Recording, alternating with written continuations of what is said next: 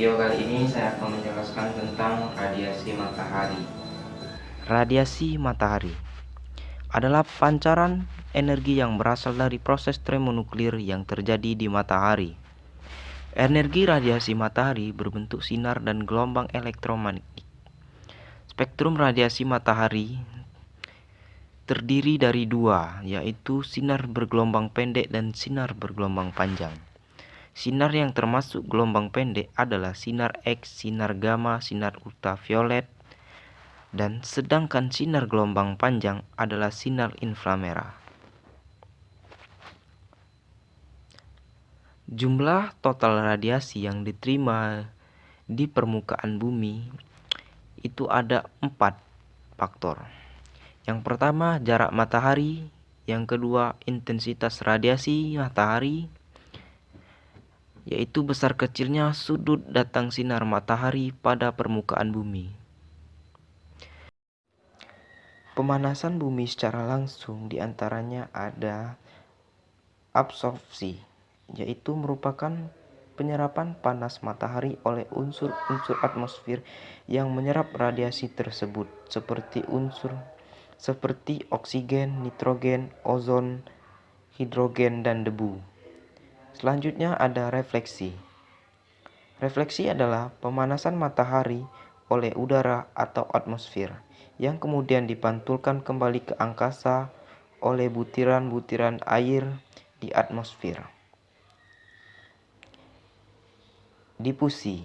Difusi adalah proses penyebaran sinar atau panas matahari ke segala arah atau atmosfer. Sinar atau gelombang pendek berwarna biru merupakan gelombang yang dihamburkan paling baik oleh lapisan udara, sehingga itu sebabnya langit berwarna biru pada siang hari. Pemanasan tidak langsung. Ada 4 cara pemanasan lapisan udara oleh bumi.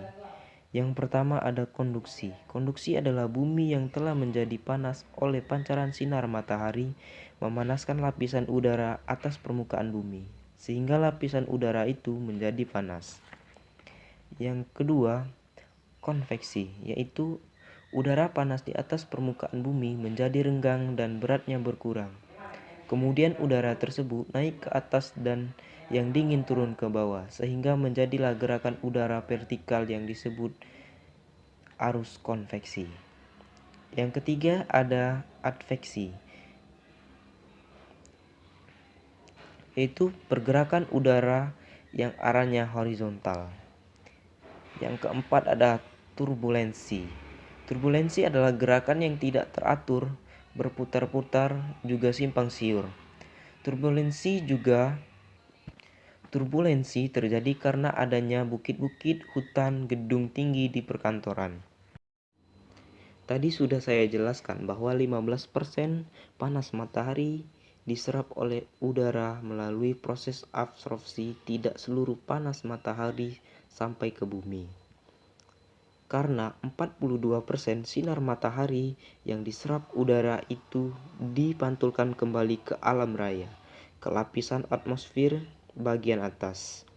Jadi, yang sampai ke permukaan bumi ada 43% saja. Dengan demikian, panas matahari yang memanaskan atmosfer di bagian bawah hanya 43% ditambah 15% atau menjadi 58% saja.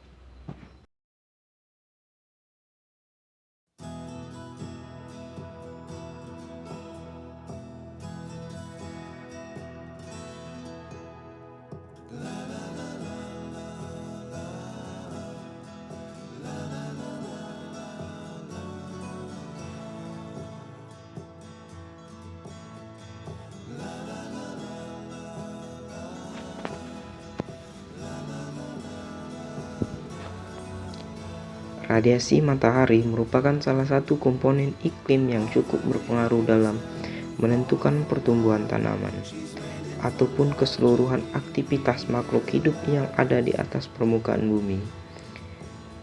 Matahari membantu tanaman untuk melakukan fotosintesis. Adapun radiasi yang digunakan untuk proses fotosintesis yang dikenal dengan sebutan PAR. photosynthesis Eckhart radiation. Cahaya matahari membantu tanaman untuk melakukan fotosintesis, yang mana fotosintesis adalah suatu proses pembentukan energi oleh tanaman tersebut. Besar kecilnya radiasi matahari sangat berpengaruh pada pertumbuhan tanaman.